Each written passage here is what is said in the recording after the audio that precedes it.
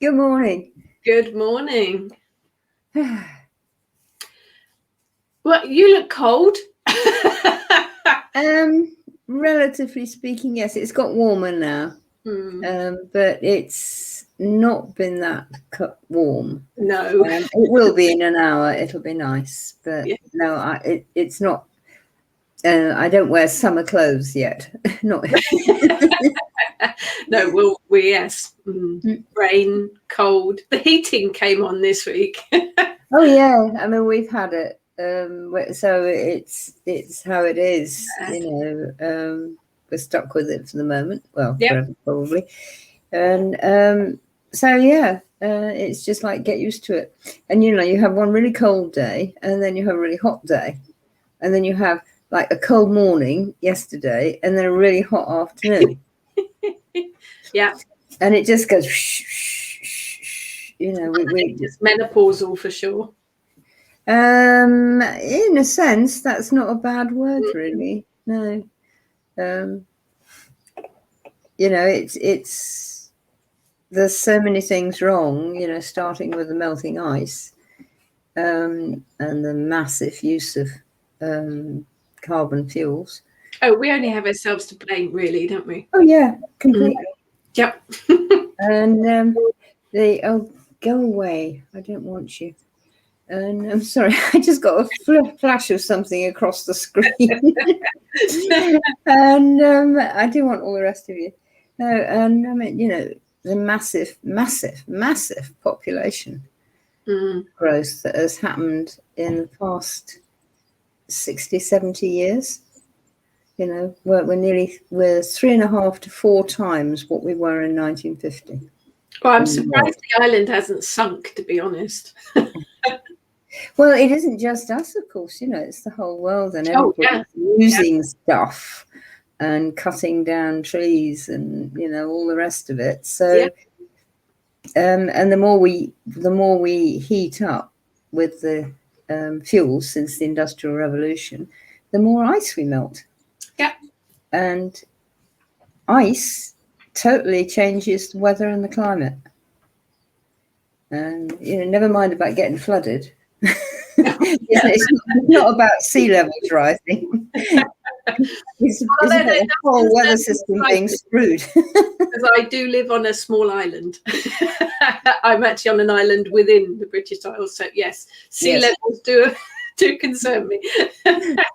Yeah, and they probably will, but you're more likely to get flooded by excessive rain than by sea levels. Well, it feels like it at the moment, that's for sure. Yeah, I know. So it's pretty sort of like doof and all that sort of thing. Well, I don't know whether, I'm sure some of you who are listening have already noticed my, how am I going to put this? My glorious perhaps training mistake would be a good one. You see, I did this absolutely brilliant blog on Monday night, and it actually wasn't bad. Even I thought it wasn't bad, but I didn't turn the sound on. My timing was excessively good then, wasn't it? My timing was absolutely spot on there. However, Rachel is still alive. She's still breathing, and she hasn't choked herself, so that's all right. Yes. So you've got about 40 minutes of, and I sort of went and swore to my husband about it afterwards. Yeah, I bet. It isn't exactly a lot you can do about it. No. And so he said, well, put a note underneath and tell everybody that you're teaching them lip reading. just thinking lip reading. So guys, get on a lip reading course and you'll get this fantastic blog. And I haven't had time to do it again. So I'm hoping I can talk about it a bit now with Rachel, so you can actually get some of my latest news.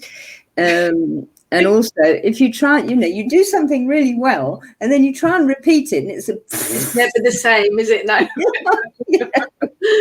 Wet balloon kind of, lead balloon kind of thing. So anyway, my apologies, but really I was trying to get you all to learn lip reading. Yes, definitely. It's a skill a useful skill to have. Yes. Actually, no. So what were you? What were you talking? What were you talking about to yourself? This is awful. My friends are terrible like this. It shows that you're human, just like the rest of us. We've all been there and done it. I am definitely human. I don't know whether I'm just like the rest of you. I could be worse, but I'm definitely human. Well, what I was talking about was this new, I'm going to call it that, this new dump Gwyn ap Nuth and Merlin and the gang have dumped on me. This is the third last midsummer they've done it to me. It's so like, are you making this a habit, or have we done the hat trick now, guys? Well, you won't find out that till next year. Shut up. I don't want to know. No, in 2019, 2019. Let's 2019. get there. Yeah, right, 1919 was a whole other lifetime. I mean, it's awful. Anyway, in 2019, I had just been told we were being thrown out of our house in Hereford. And, of course, total panic. And, you know, what am I going to do? And we've been there over 20 years. Right. So it was like, you know, But anyway, on the 19th of June that year, we found this place. So that was really good, apart from the following sort of 6 weeks of terror and horror, hoping to God that our application went through okay. Yeah. And it's like, oh, you know. Anyway, so it was nice, and they moved us to, you know, up an order of magnitude place than where we were, and it was pretty lovely last time. So that was okay. And then last year, 2020 midsummer, I get up the Caradoc, that's our mountain, and it's not really seen, and it's very special for Gwyn ap Nuth, and Gwyn ap Nuth brought us to this place, so he's like my patron for being here, you know, and though I have known him forever, but it's like, now you're in my place kind of thing. And so then as coming down, having sat in the cave, because the cave is very magical. And fantastic. You sit in it, and it is a whole other experience. And discovered that the cave, when you put your binoculars up, looks exactly and directly at my front door. Right. So it's like, oh, yes, I think I'm getting quite a lot of connections there. So when I sit in the front garden and look up at it, I'm looking straight into the caveman. Yeah, stronger than your Wi-Fi. Bloody hell, yes. You know, never mind Wi-Fi, this goes faster than the speed of light, mate. And so anyway, then he sort of said, right, you've got to change the way you're teaching, you've got to change your website, you've got to do lots more online stuff, which made a lot of sense because it was all COVID anyway. Yeah. And so, you know, I spent the next 2 months going, learning curve like this, you know, and getting the hang of it. And it worked very well. It's worked very nicely. So we work up to this midsummer with this sort of niggle going on at the back of me since Beltane. And what? And then midsummer comes, right, now you've got to do live Zoom courses with full screen share with the PowerPoints and using the whiteboard. I think I'm just going to go and lie down in the dark room. Immigrate to America or something. So, well, I'm sure you all know that, you know, once Otherworld decides that you're going to do something and you have already agreed to work with them, you really can't get out of it. No. You'll only make it worse if you try to. So, yeah. You know, because they keep shouting, don't they? Yeah, well, you know, and then they put all sorts of obstacles in your way. You know, I mean, I haven't had it yet, but you know, I've known them do things like, you know, there you are, traipsing down the road, you know, and get your tire bursts. So that's the rest of that day gone. Yeah, yeah. You know, or your central heating goes wrong. So yeah. you know, so you will take notice. Yes. Take it from two that have experienced it. If they talk, if they shout, you listen. Yeah, and it may be uncomfortable, so you can do as I did, which was like, well, yeah, you do realize I don't really know how to do this. You can learn. Heck, I've got to learn to really do good PowerPoints. Yeah, you'll be really good at it. Fine. What other excuse can I think up? And so anyway, you are allowed to argue, and you say, well, also like, how can I do this, and how will you help me, and what's my first step? That's a really good one to ask, isn't it? Yeah. You You can negotiate to a certain degree, can't you? Yeah, as long as you do what they want you to do. Yeah, ultimately, you're going to have to do it, whatever way you look at it. Yeah. But they will help you, and saying, now look, okay, we're basically on about this, but what's my first step? What do I do first? And they show you. And so they did, and it was contact some American friends and sort of say, how does this work over there? Because one of the things he said to me is, we need you out there, you know, in the world, not just Britain. Yeah. And so, okay, so you ask the friends, and then you find other things to do. And one of the people that I thought, well, I suppose they poked the idea in my head to ask, was Trevor, our publisher. All hail Trevor. All hail Trevor, all hail Trevor. No, he really is. He's a fantastic guy. He's really nice. He is a blessing, for sure. He is, and he's ever such good fun. And he's actually full of bright ideas and very good at working with you, as we're currently experiencing in the publishing thing, because things are moving. I tend to call his way as persuasion. It's a little bit like Gwyn and Merlin, really. Yeah, I think he's got quite a lot of sort of guys like that in him. We wouldn't be without you, Trevor. No, we don't want to do without you. And he, in his sense of humour, is brilliant. Oh, yeah. It's so funny. It's really great. And you're sort of feeling a bit down, and he usually provokes you with some kind of daft, ridiculous, and provocative remark. Absolutely. So anyway, I thought, right, you know, Trevor, this is what. And the other nice thing is that he actually understands when any of us say to him, our guides and gang and everything are telling us we need to do this. He doesn't think we're completely bonkers. Yeah. Well, he might, but no, he knows we're completely bonkers, but he knows it works. And you know, so that's absolutely fine. So I said, look, I've got to do this. I've got to do these this full Zoom online, you know, full Monty courses kind of thing. Any ideas? You know, do you know anything about this? Do you know anybody who might? Just like that. Came back a very, very good firm. They're a startup firm. I think they're pretty international, because the guy I spoke to was in New York, but there's another guy who's out in the Philippines who works for them, and there's another guy in Europe, and someone in Africa or China or somewhere. So it's a little bit like us, because all the people who work in John Hunt's publishing, they're not necessarily in this country. Oh no, well, they're not even in the same office, are they? So, no. Most of them work at home. Yeah. Not all, but most of them do.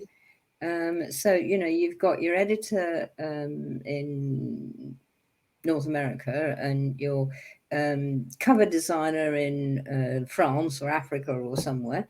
But it all works because of things like Zoom, things like the internet. Yeah. And so don't ever knock it. Other worlds like us using it. Mm-hmm. It's a connection, isn't it? Yeah. And we also, it's a fantastic connection, of course. But also, what goes wrong with it is when we get it wrong. We use it badly. Yes. You know, you get a load of rubbish from somebody, and, you know, we're all used to getting a load of rubbish on Facebook kind of thing. Well, that's not the internet's fault. That's humans. And it's the people usually who put it up there. Yeah. So, you know, they want us to use it. They want us to use it well. So this is another reason that they're, you know, getting me to do this. You watch it, they're probably coming have a go at you next, Rachel. I've already got enough of them shouting in my ear at the minute. Thank you. I don't need any more. Don't say that. Don't say that. You know you're asking for it. Exactly. So anyway, he's put me onto this firm who, I mean, they don't write my courses for me, and I wouldn't even let them. But they do all the organising and admin and memberships and renting and payments and organising it all around the place. And they help you with the marketing and all this kind of thing. So I was thinking, excellent. So it looks like this is really going to get off the ground, which is what they want. And I've already written the power. It's going to need tarting up. But I've written the PowerPoint for the numerology course. Brilliant. So I'm hoping that might even be available come autumn, and it will be available by Samhain. And it'll be probably over a couple of weekends. There's a lot of work to do, and I'm getting you to work.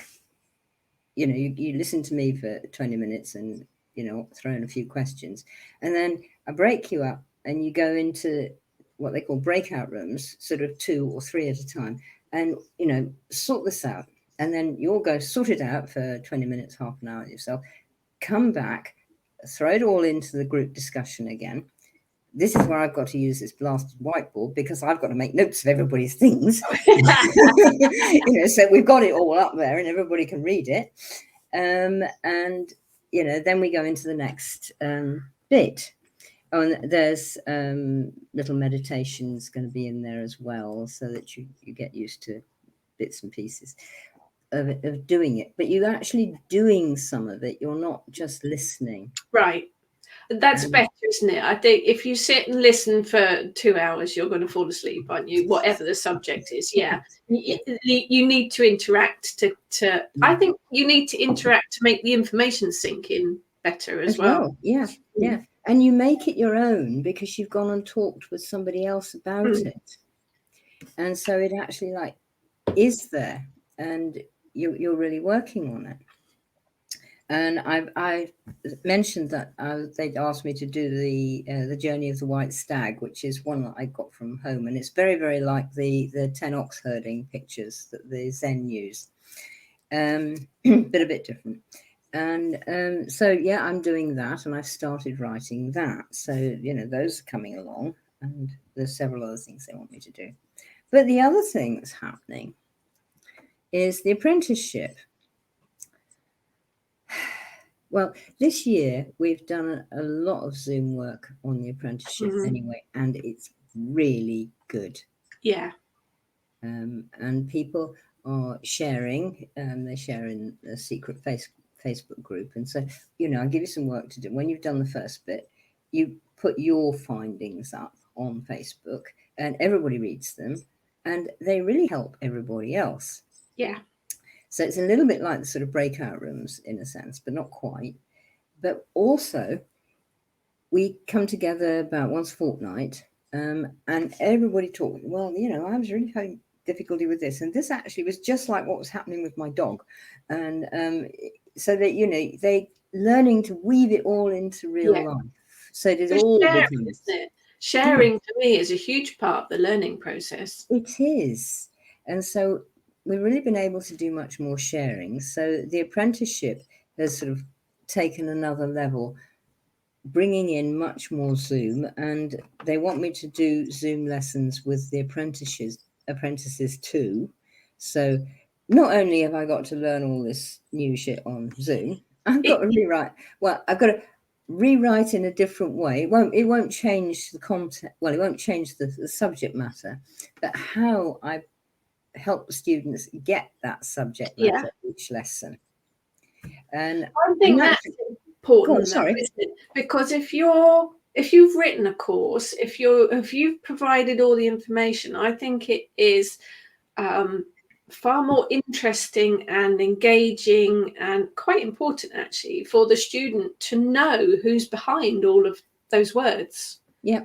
Just to receive or read a load of stuff, I think it is good to make that human connection and know that you're there to help them and can be contacted. I think that's quite important. I think it's absolutely vital, and I've always tried to be there, but it's only sort of recently that I've been reasonably competent at doing this kind of thing.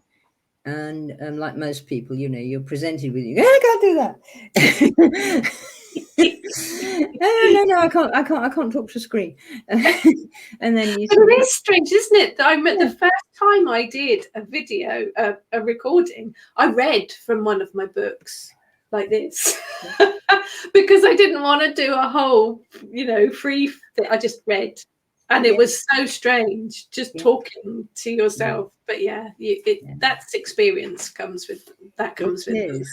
It is. And once you've done it 2 or 3 times, and as somebody said to me when I was sort of having quite, a handy panic with a friend, as you do, excuse me, I just need you for 10 minutes. I'm going to panic. Fine, sit down, have a cup of tea.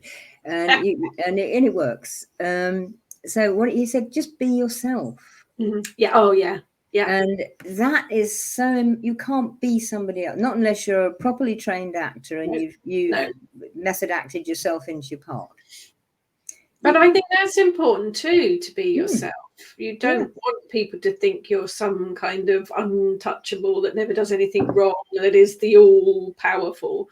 No, we're all human beings. We all make mistakes. I think you have to be human. I think that's important. I think people prefer to see the real you. I hope they do, thinking back to Monday night with the lip reading lesson.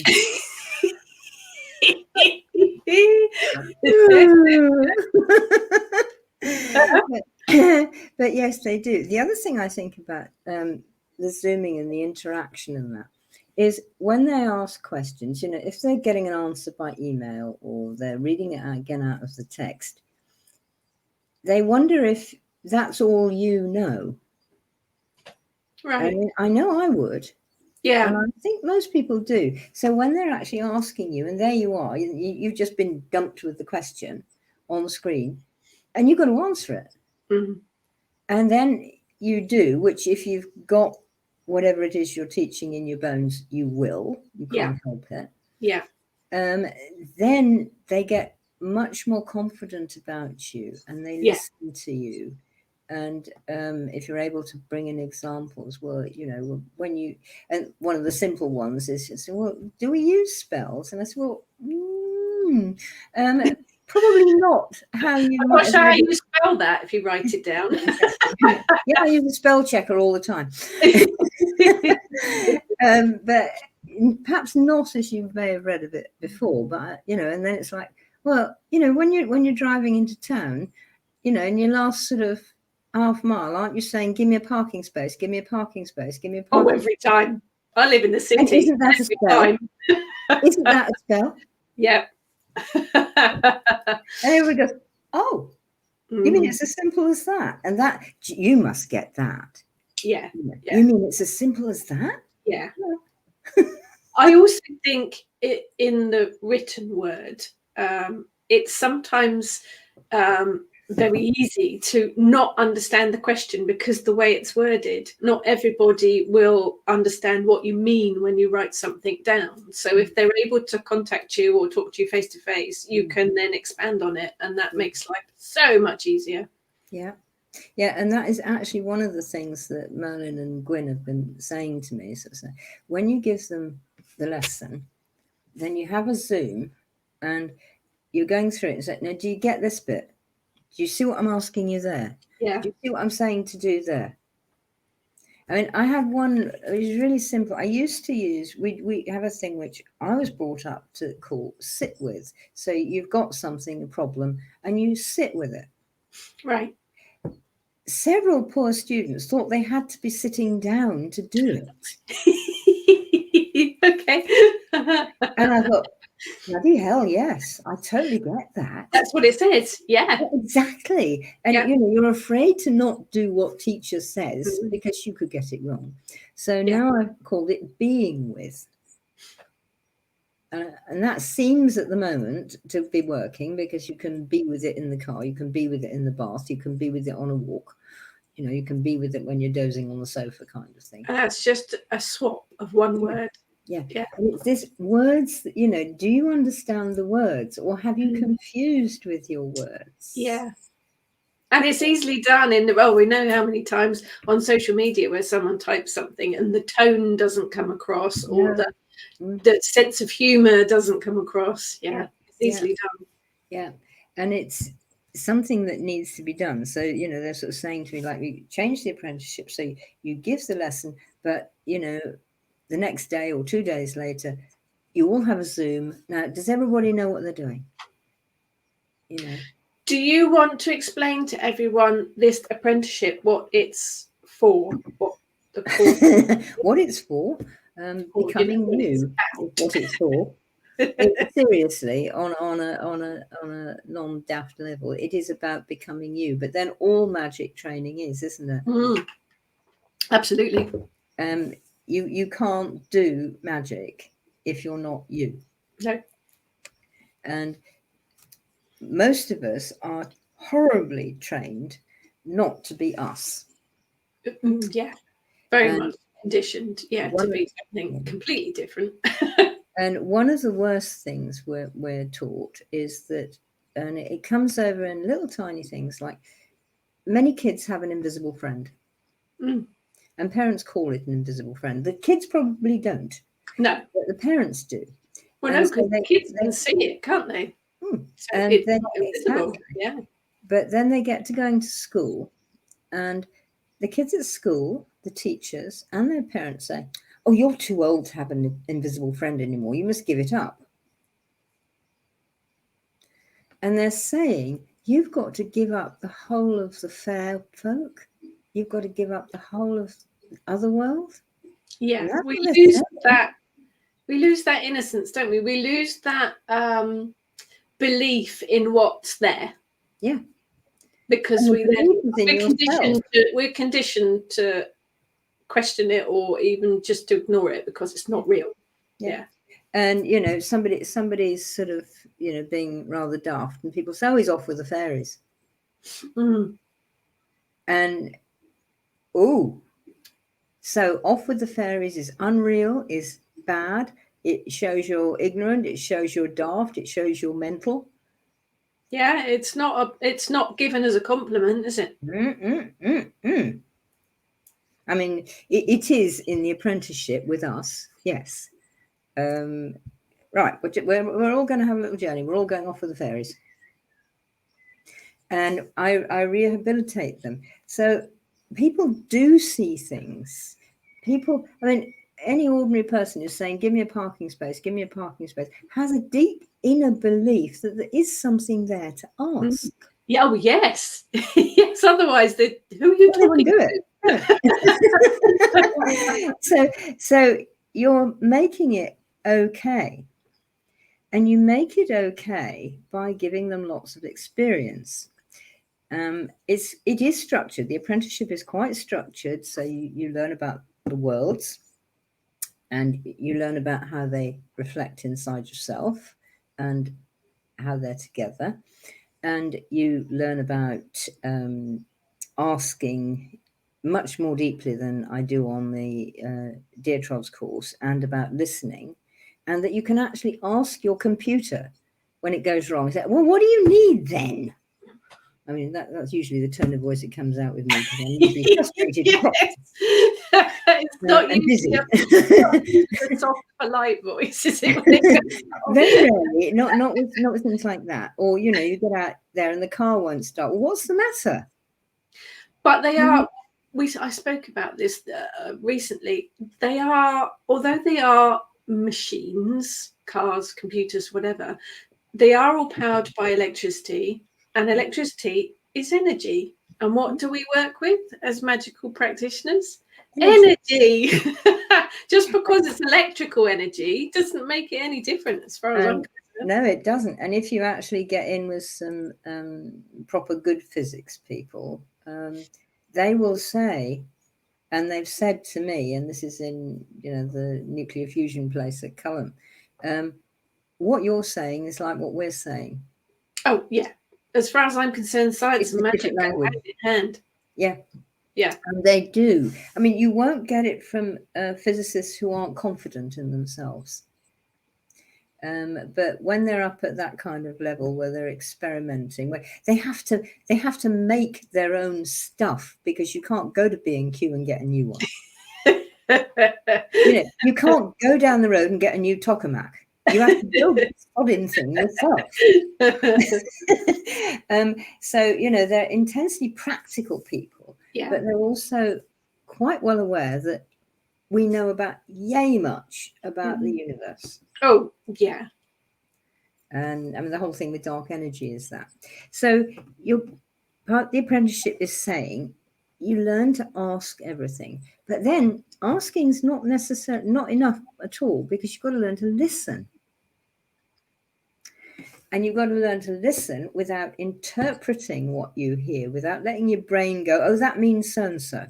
And that's a difficult one to do. Oh, oh, is it? That is a big one, and you never stop learning it. No. But on the other hand, the apprenticeship gives you some tools that within, say, 14 weeks, you will at least have the hang of it, even if you forget to do it. Because that's the next thing, is remembering that if you do this, you will actually learn. Yeah. If you just hope for the best, you won't. Hence all that stuff about me asking Gwyn about the stuff he's dumped on me, etc. So you learn those, and you continue to practice them the whole time, and you learn about your familiar spirits, and that they choose you don't choose them. Yes. I get that. And that's the funny part, when you have someone come to you and say, I got ant. What am I supposed to do with ant? Why don't you ask Ant? And the question is, what? Ask Ant. Ant knows what you're supposed to do. And I think we have this idea, don't we, that I want a spirit animal guide. It's going to be a bear or a wolf or a lion, or they're all good. But Ant's still got its own properties. So has sloth and slow worm and all of that. Well, I've actually had one of the most beautiful ones, and it got a lovely. This was one of my apprentices. One of the first things you do before you do the familiars, you learn to contact and listen to and work with spirits of place, including the spirit of place where you actually live. Oh, that's one of my big things. Yeah. Your home, your house, is sacred. Yeah. Anyway, so she did the exercise, and she got this little, I think it was an ichneumon wasp, come. And they're not horrid, they don't bite you or anything like that. And they're very pretty and quite coloured. And it came and sat on her. And she was terribly unconfident. I can't ask a wasp. I can't talk to a wasp. You're getting all this stuff inside, which people do, and it's natural because of how you've been taught. Yes. And so she had a go, and the wasp said, yeah, I am. And she didn't sort of altogether get it. But anyway, she worked with it, and she climbed out of her own box so it can't possibly be a wasp, and continued and went through the whole apprenticeship. She was very, very good. She's a fantastic nutritionist as well. So, this is really so great for both of us. And at the workshop, which was that year, it was at the end of the apprentice, they all said, we need to do something. We need to do something special here. We're all on Exmoor. We need to do something special for us out in the countryside, that, where we actually sort of say, yes, hello, I'm willing to carry on. Yeah. And so they all decided, actually, they wanted to go and bathe in this beautiful pool. Lovely. And it's a kind of deep river pool. You can actually swim in it, and they did. With a lovely bridge and all this sort of stuff. And so everybody went in singly so that you weren't all splashing around together and you had your experience, and they all did. I mean, quite incredible. Anyway, this girl came out, and of course everybody was like peeling off the wet stuff and drying themselves and this sort of thing. She picked up her towel, and what was sitting on her towel? Yep. Well, it wasn't a wolf, that's for sure. No, it was the same sort of little wasp. In fact, she feels that it was the same wasp, or it was that wasp spirit sitting there, and we could all see it. And she burst into tears, and so I went over and said, "What's up?" And she said, "Look." And everybody came around, and we all saw this little wasp, and he stayed there for a while she had a cry, and we all sort of vaguely hugged her, and without stopping her crying or anything, because that was a good thing. So don't be surprised at what happens. No, you have to be open to anything and everything, don't you? Yeah. And hers was actually, her spirit of place came to her in the physical. They don't always. But this one did, and it was like quite amazing. And they quite often do, but they don't always. Or you see, I mean, I've got a girl at the moment, and since before she actually applied and came, she's had robins, and she would sort of look at them and go hello, and talk as ordinary people sort of do, or a bit more than that. And as she's going through it, and it started with her familiar came as a robin. Actually, it came as 3 robins, down the track that she was walking. And then when she got to the next one of the next things we do the ancestors first, and then we do what we call your Tuluith, which is your spirit family. Right. Sort of like what they call totems in the American peoples, and I can't remember what they call them in Russia, but there's names for it all everywhere. But we call it the Tuluith. You probably heard of the name Tuluith Teg, which means the fair people. Right. Or the fair family, actually means. Well, the Teg bit is the fair, the Tuluith bit is the family. And so we all have our own spirit family that we belong to, which may or may not include your the physical members of your physical family. They're the people that you're working with this incarnation. Yes. But your spirit family, you've been working with them, since you first became a spirit. Yeah. And not necessarily the same, are they? No. And it doesn't have anything to do with DNA. You may share DNA, but you may not. I mean, one on that line, my mum and dad were both in the same spirit family, but they didn't share an ounce of DNA, not unless you went back about, umpteen thousand years. And then they probably did, because we all do. Yeah. But they were both in the same spirit family, and I'm in the same spirit family as them. Right. And I share both their DNA, of course. So, you don't get confused with the DNA and the physical stuff. No. Although that's important as well. It's different. Anyway, so they learn about their spirit family. But before that, they go into the ancestors, which they all find quite fascinating, because this doesn't only stay with human ancestors. And again, it takes you out of the DNA thing. Yeah. Because, I'll give everybody a little hint on that. What is the largest component of your body? Water. Do I get a prize? I'll give you a prize, my darling. Yeah. So I'm just going to leave that with everybody when we're doing ancestors, because that's a biggie. But it's something we go into a lot, and the experiences people get from working with it are stunning. And we make we make contact again with our spirit family, and then at the end we start seriously asking, why did I choose to incarnate this time? Right.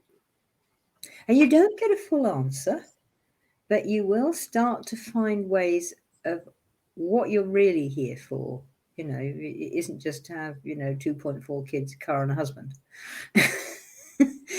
what you really intended to be here, you know, like Rachel is a witch and she's got to teach witching, and that's it. And this is what she signed on for this time. And you know, me, and we both have to write as well. Never mind. I've got it's your fault. You slipped me the Mickey pin when we were up there. I signed because of you. I have 5 book contracts at the moment. I know. And they're all deadline for sort of autumn. Then, like you say, when Spirit says, actually, you need to change this and you need to add that and you need to do that as well, and you think, oh. Really? Yeah, actually, I quite like sitting down and watching a film, having a drink, and actually sleeping's quite fun too. Sleeping's quite useful. There we go. Really? And so the apprenticeship is how to learn to be an apprentice awareness, which is our word for shaman. It's not the be all and end all, but you can stop there if you want to. You'll have learned a lot, and it takes a year. And we work, each of the 8 Celtic seasons is a theme. I used to call it a lesson, but I don't think I'm going to call it that anymore with the new way of working. We have a theme, like your familiar spirits is the theme this time, or whatever it is. And you go through, I don't give certificates because I don't actually initiate anybody. You initiate yourself with Otherworld when you know you're ready. You know, like the students did that year by wanting to bathe in the pool. It wasn't my idea, it was their idea. Yeah. So you know you're ready. Yeah. I want to do something to celebrate that. And then you've taken it on. And you don't need me to do it. You can have a party. We can have fun together. But you don't need me or anybody else's authority to take on your job. And you know that by the time you've come through the year. Yeah. And you know a lot about yourself. Probably your relations with the rest of the world that you have to deal with are improved, because, you know, you don't just ask Otherworld and you don't just listen to Otherworld. It's really quite handy to do it to other humans. Yes. Amazing the results you get by doing that. But once you've got those skills as well, it's not just a year, is it? I don't think any of the trainings that you and I teach, they don't just finish, that's it, bang, end of. They're life skills, aren't they? And they're skills that you keep working with and you keep learning with, and they come with you and keep teaching you forever. Yeah. You never stop learning, do you? You never stop learning.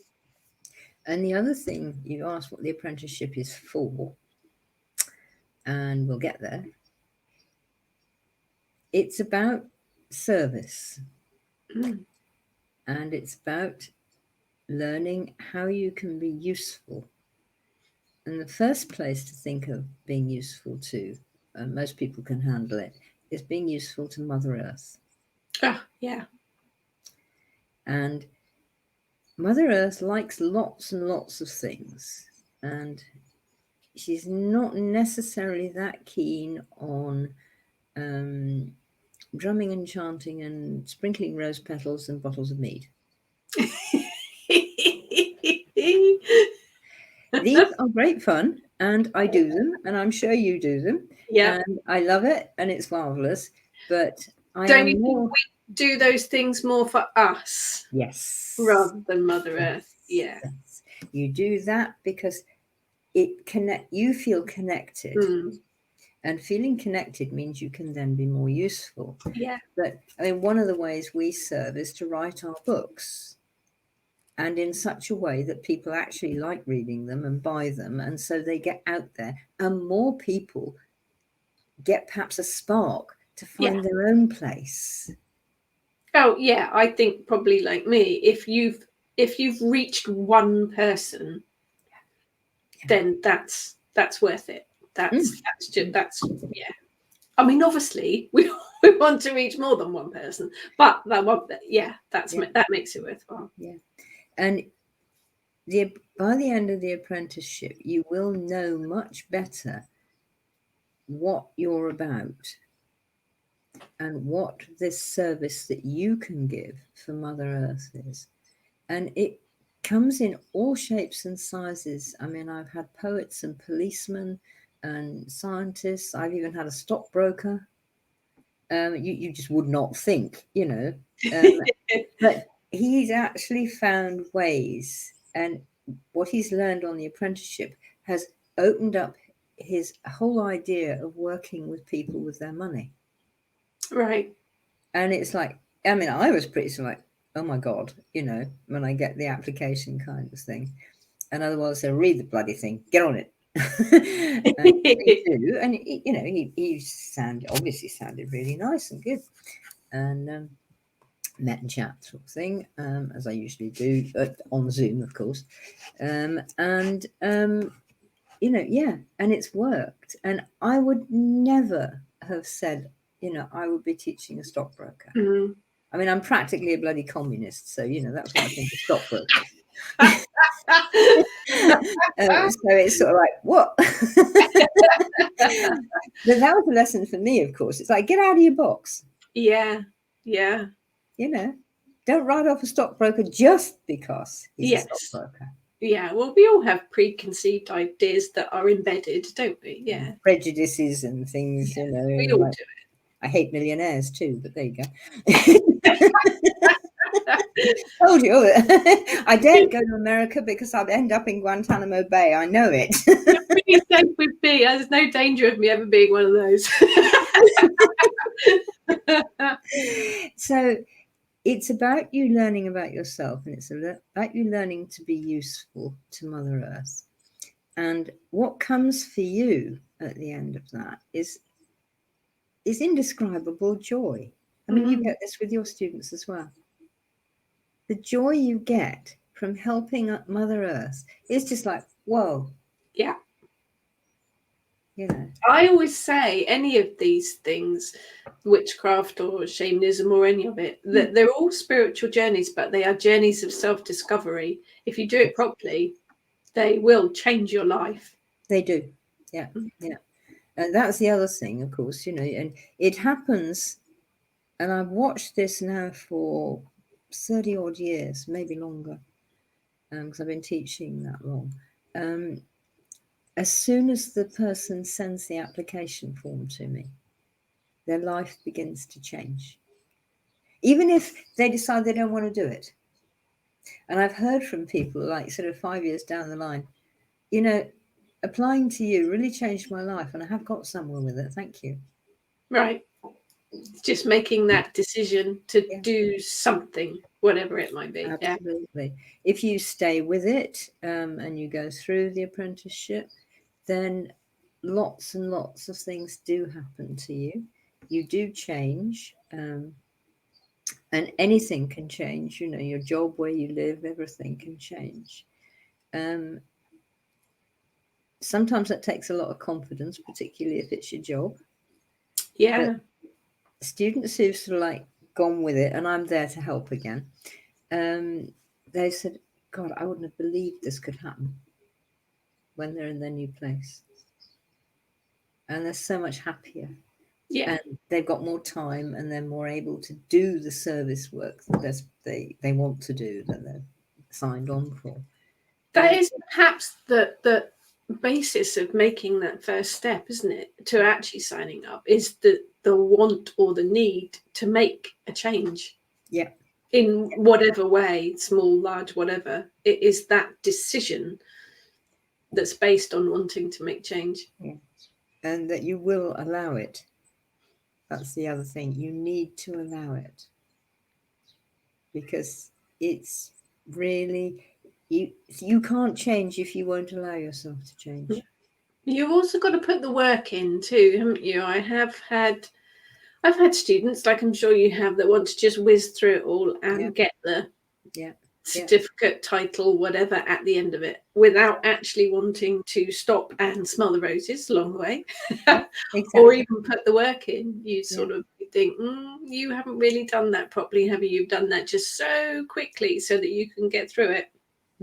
Yeah, that's not worth it. It's not at all. And it's one of the skills of teaching, again, is that you will have your own ways of saying, well, what about so-and-so? Or have you tried this? Oh, I'm strict. I tell them I'm going to be a meanie poop head. And I'm going to make you that do one, that again. I must remember that. Yeah, okay. I have said that on more than one occasion. I am going to push you because that's my job as the teacher. And I say the same thing, then I will push you. Yes, I will, love you and give you praise and that sort of thing. But I won't say everything is absolutely perfect when it isn't. And it's not. Yeah, no. That would be us not doing our roles as teachers. It's not what you come to me for. It's not what you sign on the apprenticeship for. And the other thing is that I will insist that you answer the question that I asked you. You've had that too. Yes. Or you can't just ignore that question just because you don't want to answer it. And give me a lovely answer about something I didn't ask you, which I have done. You can end up with tears around those, but you just have to go. You have to take it on board and take it with you, because I honestly have been walking the path longer than the apprentices who come to me. I do know what goes on, and I have tried to get away with not answering the question that has been asked me. So I know all about that. And I also know that when I actually knuckled down and answered it, what I got was far more than I'd ever expected. Yeah. Oh, you get out from something whatever you put into it, don't you? If you're half-heartedly doing it, then you're not going to get the result from it. You're not going to get the benefit from it. No. And I'm going to try and get you to get as much as you possibly can from it. Yeah. So I am going to say, that's absolutely fantastic. Now, would you like to answer the question? And then you have sort of, whoa, and you've got to get used to being shouted at, because you will be shouted at. And, keep steady and calm and say, now, okay, that's fine. Now, how about this? And most of the time, they do go and answer the question. Not always. There's always the odd one now and again who's sort of like, no, I don't want to do this. And you say, well, that's fine. You can leave. It's okay.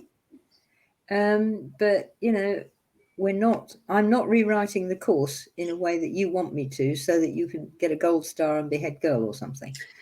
See, I think that was one of my lessons a long while back, was you have 100 people, 99 of them love it, one of them hates it. You then panic because that one person hates it and think, I've got to rewrite it all because one person out of 100 doesn't like it. No, you learn that, don't you? You've got to learn that actually it's the 99 people that love it that are important. You're never, ever going to please all of the people all the time. It's impossible. No, it isn't possible. And the other thing I do, and I'm sure you do as well, is when you get something happens, and something happens every year. This is one of those things. It's going to happen, and you sort of say, "Okay," and I take it back to the gang, like Merlin and Gwyn and Ellen, and say, "Right now, with this, what did I do that I could have done better?" Mm-hmm. And sometimes it's actually not a lot. Yeah. And you have to put up with that too. Yeah, you have to let it go, don't you? Yeah. But that's learning for us too as the teachers. I think we do learn from the students, and we do learn from the process as well. Mm-hmm. And it's a continuous learning for me, and I expect you do the same. I mean, I am obviously rewriting the apprenticeship quite a bit because of the presentation is changing. Well, times change as well, don't Yeah. they? You know, I think, yeah, I do the same with my main course. Every so often I go through it and update it a little bit or tweak it a little bit, or because things do change. They do, and you're different, and you know a little bit more. And so I look at the courses every year and say, yeah. Oh no, I don't think we'll do that like that. I think we could do that better like this. And so it's continuously evolving. Yeah. I don't know whether you've been asked. I've been asked this. I get asked every now and again, sort of, why don't you franchise your course and then you could earn a lot more money? And you sort of go, well, number one, it's not about I'm not the money. altogether doing it for the money, although this is really handy because it does help me to live. And number two is I can't franchise it because it won't be the same as what you learned. No. You want to teach this stuff and it's in your path and with other worlds. Take what I've given you and then make your own course from it. And that is quite a big thing for a lot of people. That, you know, they want to be in your skirts and, you know, under your cloak and this sort of thing. You think, no. I love you dearly, but you must do your own thing. You're fantastic, but bugger off. Only when I know them incredibly well can I say that. And then they say, okay. But they probably haven't said it in the first place if I know them that well. But it is important, quite apart from us. It's like, I don't want clones of me. You don't want clones of Rachel. No. Oh God, no! The world does not need more than one of me. Exactly, I feel quite the same. Poor Mother Earth has enough to do just looking after me. You know, let's not make dozens of them. So, what you ever do or teach or how you work it will be your way. Yeah, and it will catch with the people that you need to touch with. I think we both teach in a way that encourages the students to work their own way of doing it. We don't say, this is exactly how you've got to do it. You can't do it anywhere. There has to be that. Neither of us teach like that, do we? We both encourage people to find their own way. So everybody, even the students that learn from us, will do what we show them in a slightly different way because it has to be personal to their pathway. And there are Otherworld has so many ways of doing something. And you learn it by bringing it, we call it getting it into your bones. And you learn it by getting it into your own bones. And that's not whatever elixir I'm drinking. It's one you're preparing and drinking yourself. And it's really important. And Otherworld need all these different perspectives. They don't want, a regimented, this is how you do high mass kind of thing. Yeah, stamp it all out, all exactly the same. Production line, no. No. Because people who do that and get into that, and most of us do in some part of our lives, you're completely controllable once you're in there. You don't question anything. No. And if somebody says, here, drink this nice glass of water and it's sulfuric acid, you'll probably drink it. Yeah. And this happens, if you look at the world around you, this happens to so many people. Oh, I can't do that. Why not? And so in that sense, we've never been teachers of any kind of witchy shamanism, whatever, have never been popular with any kind of ruler, because we're going to say, question the bastard.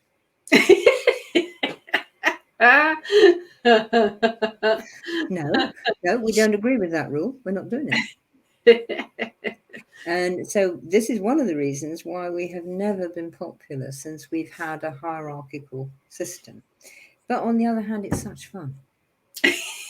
And really, you probably, you don't have to go to America and end up in Guantanamo Bay. You can stay here. or go to France. They're pretty good in France too, and they're quite good in Australia and Russia and places as well. So you can do it. And once you start questioning and thinking for yourself and not thinking, this is what the book says, therefore that's how it is. Yeah. You get such fun. I had a lovely experience. I might have said it before. When I was doing garden design at Pershore, I did a 3-year course on it. And I had a fantastic plantsman who I learned so much from. But we used to come in with the stories of our own plants and our own gardens. And somebody came in once and sort of said, well, my thingamajig's not doing that. And he said, that's all right. Plant hasn't read the book. Yeah. Yes, I say that about children too. Babies, children, they don't read the childcare books. No. They don't read the social services manuals at all. But it's absolutely fine. Mm-hmm. Explore for yourself. And the apprenticeship is about exploring. I give you lots of tools that will help you explore. Yeah. And I help you make your own sense of what you discover. And I encourage you to share and pass it around with your colleagues so that you actually know for yourself. And it will be a bit different to what, Jane did over there, and a bit different to what Penny did over there. But, Penny, I never thought of doing it like that. Yeah. And then, you go off and you try it. And then, next time we're Zooming, Penny, I had a go at that. No, I got this, blah, blah, blah, blah, and everything grows, including you. And the apprentices usually come out very much more confident, very much more happy in themselves, content with themselves. You don't have to be perfect, and you've still got warts and bad habits and all this kind of thing. But you're content. Yes. And you're going to make a bit of an effort to not do this, or a bit of an effort to do that.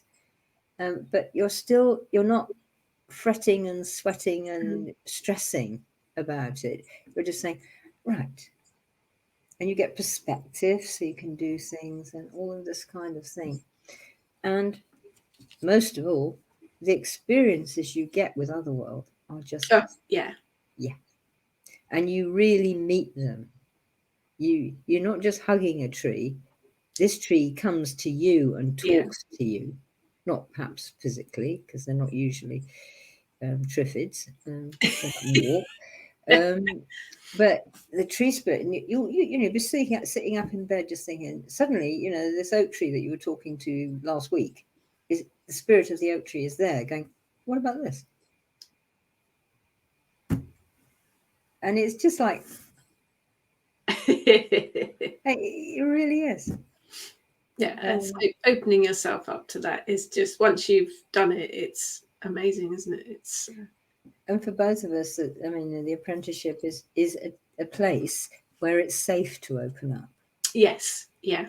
And you will be supported. You will be encouraged. You will be warned of potential pitfalls. You won't. If you shout when you're down a pit and you want some help, I'll come and fish you out. But I won't until you shout. You might want to find your own way out. Yes, yeah. It's all part of the learning curve. Yeah, learning experience. And it is. I'm there because I've walked the path longer than you have. I've got experience which is worth at least listening to.